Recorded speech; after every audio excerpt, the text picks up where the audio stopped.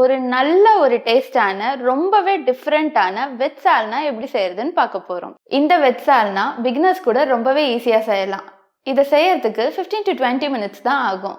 வாங்க இதை எப்படி செய்யறதுன்னு பார்க்கலாம். ஒரு பேன் வச்சுக்கலாம். அதில் 3 டேபிள் ஸ்பூன் எண்ணெய் சேர்த்துக்கலாம். எண்ணெய் நல்லா சூடானதும் நீங்கள் சாப்பிட்ற மசாலா அளவுக்கு ஸ்பைசஸ் சேர்த்துக்கலாம். ஸ்பைசஸ் சேர்த்துட்டு நல்லா பரட்டி விட்டுக்கலாம். இப்போது நான் 3 வெங்காயத்தை பொடியாக நறுக்கி வச்சுருக்கேன். அதை ஸ்பைசஸோடு சேர்த்துக்கலாம். இப்போது இந்த வெங்காயத்தை நல்லா ப்ரௌனிஷாக வர அளவுக்கு நல்லா வதக்கி எடுத்துக்கலாம். இந்த ஸ்டேஜில் வெங்காயம் நல்லா வதங்கி வரப்போ கூடவே 3 தக்காளி பொடியாக நறுக்கி வச்சுருக்கேன். அதை சேர்த்துக்கலாம். இது கூடவே ஒரு பச்சை மிளகாவை முழுசாக அப்படியே சேர்த்துக்கலாம்.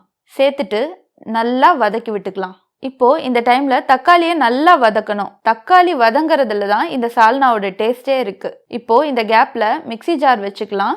நான் 1 டேபிள் ஸ்பூன் கசகசாவை 20 நிமிஷம் ஊற வச்சுருக்கேன்.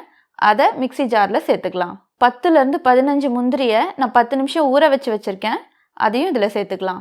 இப்போது இது கூடவே அரை மூடி தேங்காவை திருகல் போட்டு வச்சுருக்கேன். அதையும் இதோட சேர்த்துக்கலாம். 1 ஸ்பூன் சோம்பு சேர்த்துக்கலாம். இப்போ இதை ஒரே ஒரு அரைச்சி எடுத்துக்கலாம். பாருங்க, இந்த மாதிரி அரைச்சி எடுத்துட்டு கொஞ்சமாக தண்ணி சேர்த்து இப்போ இது கூடவே 10லேருந்து 15 அளவுக்கு சின்ன வெங்காயத்தை சேர்த்துக்கலாம். சேர்த்து நல்லா நைஸாக அரைச்சி எடுத்துக்கலாம். இந்த டைமில் தக்காளி நல்லா வதங்கி வந்துடுச்சு. இது கூடவே கொஞ்சமாக கருவேப்பிலை சேர்த்துக்கலாம். 1 டேபிள் ஸ்பூன் அளவுக்கு இஞ்சி பூண்டு பேஸ்ட்டு சேர்த்துக்கலாம். இப்போது இதை நல்லா மிக்ஸ் பண்ணி விட்டுக்கலாம். இப்போது இஞ்சி பூண்டு பேஸ்ட் சேர்த்து நல்லா வதக்கி விட்டக்கப்புறம் அரை கைப்பிடி அளவுக்கு புதினா இலையை சேர்த்து நல்லா மிக்ஸ் பண்ணிக்கலாம். ஒரு நிமிஷத்துக்கு இப்படியே வதக்கி விடலாம். 1 நிமிஷம் நல்லா வதக்கி விட்ட அப்புறம் 1 டீஸ்பூன் மிளகாய் தூள் சேர்த்துக்கலாம். 3/4 டீஸ்பூன் மல்லித்தூள் சேர்த்துக்கலாம். இப்போ இது கூடவே 1/4 டீஸ்பூன் ஜீரகத்தூள் சேர்த்துக்கலாம். அரை டீஸ்பூன் கரம் மசாலா சேர்த்துக்கலாம். 2 சிட்டிகை மஞ்சத்தூள் சேர்த்துக்கலாம். இப்போ இது எல்லாத்தையும் சேர்த்து நல்லா மிக்ஸ் பண்ணி விட்டுக்கலாம். இந்த மாதிரி ஒரு 30 செகண்டுக்கு நல்லா மிக்ஸ் பண்ணி விட்டுக்கலாம்.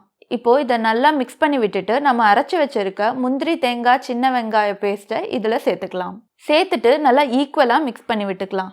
இப்போது இதை நல்லா மிக்ஸ் பண்ணி விட்டுட்டு 3/4 கப் தண்ணி சேர்த்துக்கலாம்.